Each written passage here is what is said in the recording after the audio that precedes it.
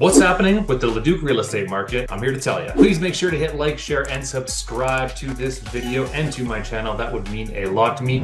Make sure to go check out some of my other recent videos talking about why Leduc is an amazing place to live. I talk about some of the differences between Leduc versus Edmonton, and I talk about why interest rate increases have not brought home prices down. Make sure to go check them out.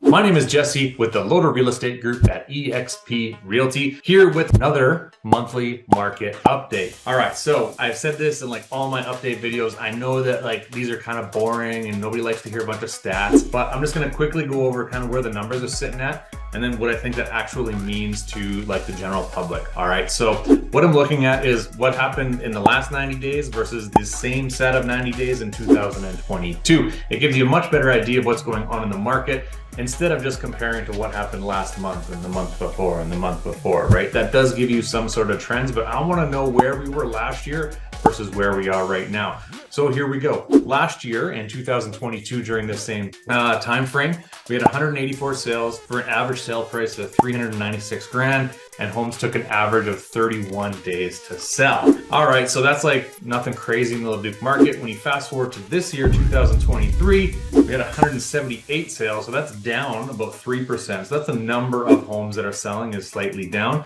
It's been kind of like that all year. 2023 has been sales are down, prices are up.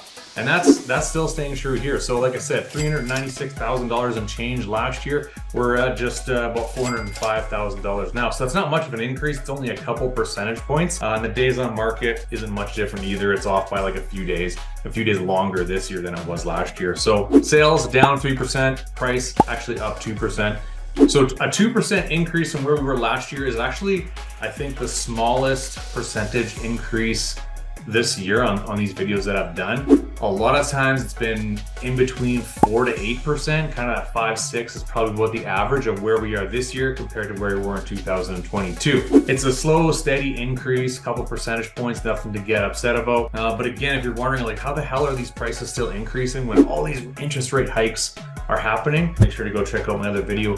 I break it down in detail and give you a really compelling reason as to why that hasn't happened yet and if it will happen in the future. All right, so what does this mean? Okay, those are the numbers. So, you know, prices are kind of going up a little bit, not a lot, but they're certainly not going down. So we'll see what happens here the last quarter of 2023. We're also going to get another announcement from the Bank of Canada at the end of October. So we'll see what they say there. My prediction is they actually are going to increase it again, and it's going to hopefully remain flat until next year when they start coming down a little bit. Fingers crossed. All right, so like I said, what does this mean? Well, depends who you are, right? There's a realtor or any sort of salesperson that tells you it's the perfect time to buy and sell.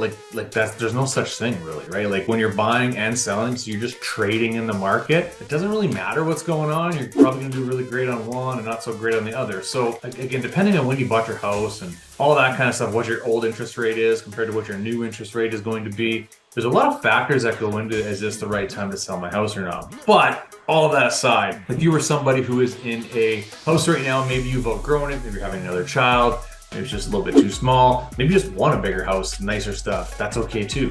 Whatever the reason is, if you want to move from this house that's smaller and cheaper and go to a bigger house that is larger and more expensive, it usually never makes sense to wait, right?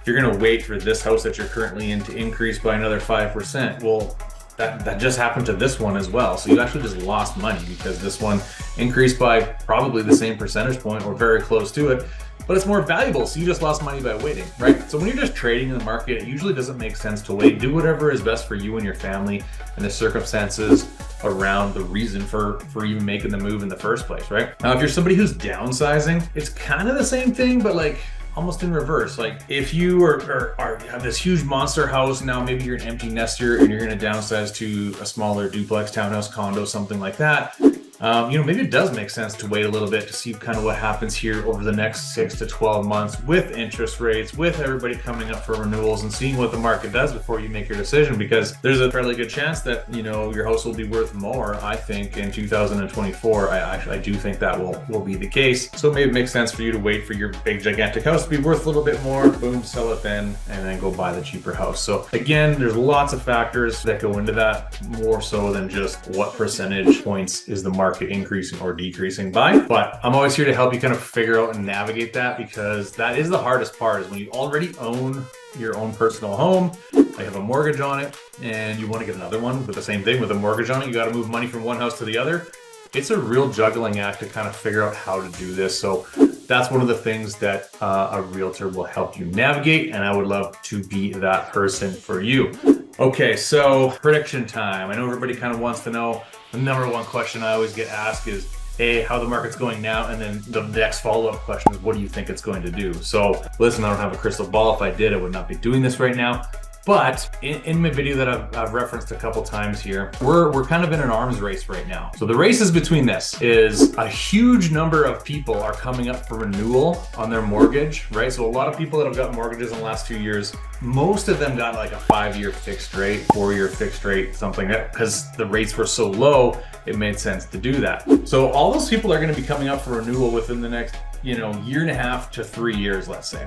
So within the next, certainly year and a half to 24 months for sure, we are in an arms race. So are all those people going to come up for renewal before the rates come down? Or are the rates going to kind of hover where they are when everybody comes up for renewal? Because if the rates stay where they are right now, and I'm talking October of 2023, and all of those people come up for renewal, a lot of them are not going to be able to afford their new mortgage payment, and they're going to have to sell their house. So what does that do? Well, when a lot of people want to sell their house at the same time, it floods the market with inventory. Simple supply and demand. Inventory comes up, right? And the demand is quite low. Prices are going to come down, and they could come down fairly substantially. However, we have some time before then. If the rates come down, and I'm not talking sub 2%, right? I'm talking like in the 4s. If we get the rates coming down into the 4s, mid 4s, something like that, even into the low 5s, I think we'll be okay. Because all those folks, again, now they're going to come up for renewal, and yeah, instead of getting 2%, 2.5%, now they got 4.5%. That's still a substantial difference, but it's not going to create this massive flood of listings on the market. There will be some people that need to sell their homes because then they can now no longer afford their new mortgage payment. That will for sure happen with a 2 to 2.5%, even 1.5 to 2.5% increase in rate by the time you come up for renewal. That will make a difference, but not on a mass scale. So I think that we'll just see what happens first, right? So what's going to happen between now and then? Like I said, that kind of coming to a head moment is, I think, still, minimum 12 months away before it starts to creep in, but easily 18 months and beyond before it becomes a real problem. So that's still quite a bit of time to kind of see what happens here. So if you're thinking about making a move in the next 12 months, what do I think is going to happen then? Well, I actually think that our market is going to, we still may be kind of sluggish over the winter, like we sometimes can be. It really does depend on the weather somewhat, but I think we're going to see something similar to the early part of 2022 with nuts, right? Like, it wasn't even like a spring market. It was like the first quarter market was like the craziest, and it trickled into the second quarter for sure. And then as soon as we hit, June-ish, it sort of tapered off and kind of plateaued for the rest of the year. I think that's going to happen again for the simple reason that there's so many people moving to Alberta. Mainly from Ontario and BC. There's a lot of immigrants coming to the country as well, but home buyers right now are coming from BC and Ontario. I've never had this high of a percentage of clients that have been from out of province. I've never done this many Zoom showings, have had to figure out people's flight schedules and things like that because they're coming in, for 2-3 days to look at houses. So it's happening all over the place because the affordability has just gotten out of hand in Lower Mainland, Vancouver Island, even the Okanagan area, and then certainly Southern Ontario, right? So tons of people are moving here, which is increasing the demand, and we have a low supply of listings right now. What does that mean? That's economics 101. Supply and demand is going to dictate what's happening in the short term, right? So I actually think our prices are going to keep climbing, and I think they're going to climb quite significantly. I'm not going to put a percentage point on it because I don't know, but I think they're going to climb significantly between now, the last quarter of 23, and probably the end of the second quarter into 2024. I believe that so much that I am going to be selling a house within the next 6 months, and I'm waiting until the first quarter of 24 to do it. I think it's going to be a really great time. Don't worry if there's still snow on the ground. People are still going to buy houses. So keep that in mind. I'm putting my money where my mouth is. That's what I'm selling a house is in the first quarter of 24, because I think it's going to be the perfect time. So We'll see what happens. And the other thing to consider here, and again, I've done another video about this, so another plug, go check out my YouTube channel, go snoop around a little bit. Hopefully you can find some good stuff that you find useful, but we got to look at what's going on in Calgary. Calgary is going absolutely batshit crazy. And I mean, there is home selling, like their average home price has always been higher than Edmonton, right? Like that's just how it has gone.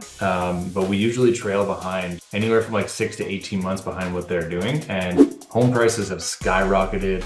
Inventory is incredibly low. Demand is incredibly high. Why? Because everybody's coming to Alberta and not just Calgary. Calgary is a more volatile market because they're more dependent on oil and gas and the energy sector than Edmonton. But still, that's like a ton of people are moving there. And so home values are skyrocketing. We're seeing insane multiple offers, home selling way over asking price, right? It's going nuts down there. So I think it'd be foolish to just sit there and go, nah, Edmonton, nothing's going to happen at Edmonton. It's coming. It's coming. Home prices are going to increase here. So use that info how you must. Again, if you're buying and selling and you're like, oh, I really love for my house to be worth more, so I'm going to wait to sell. It's like, yeah, great. But if you're buying something, then who cares? You didn't gain anything. You're better off doing it now, getting to the market before it heats up. Now, 2 years from now, is your house going to be worth as much as you paid for it today? I don't know. I don't know. I've never been more unsure. Like I said, we're in an arms race right now. We'll see what happens. But if you're going to own your house for 5+ years, whatever, it's probably a good time to do it. So there you go. There's my 2 cents. A little bit what's happening in the local Leduc market. Up 2% in price. Nothing crazy. It's been increasing all year. It's been quite interesting. If you've got questions about your personal situation, feel free to reach out. You can find me at Live Love Leduc on all social channels. You can find my number. The internet exists. Hope to hear from you soon. All right, we'll see you next time.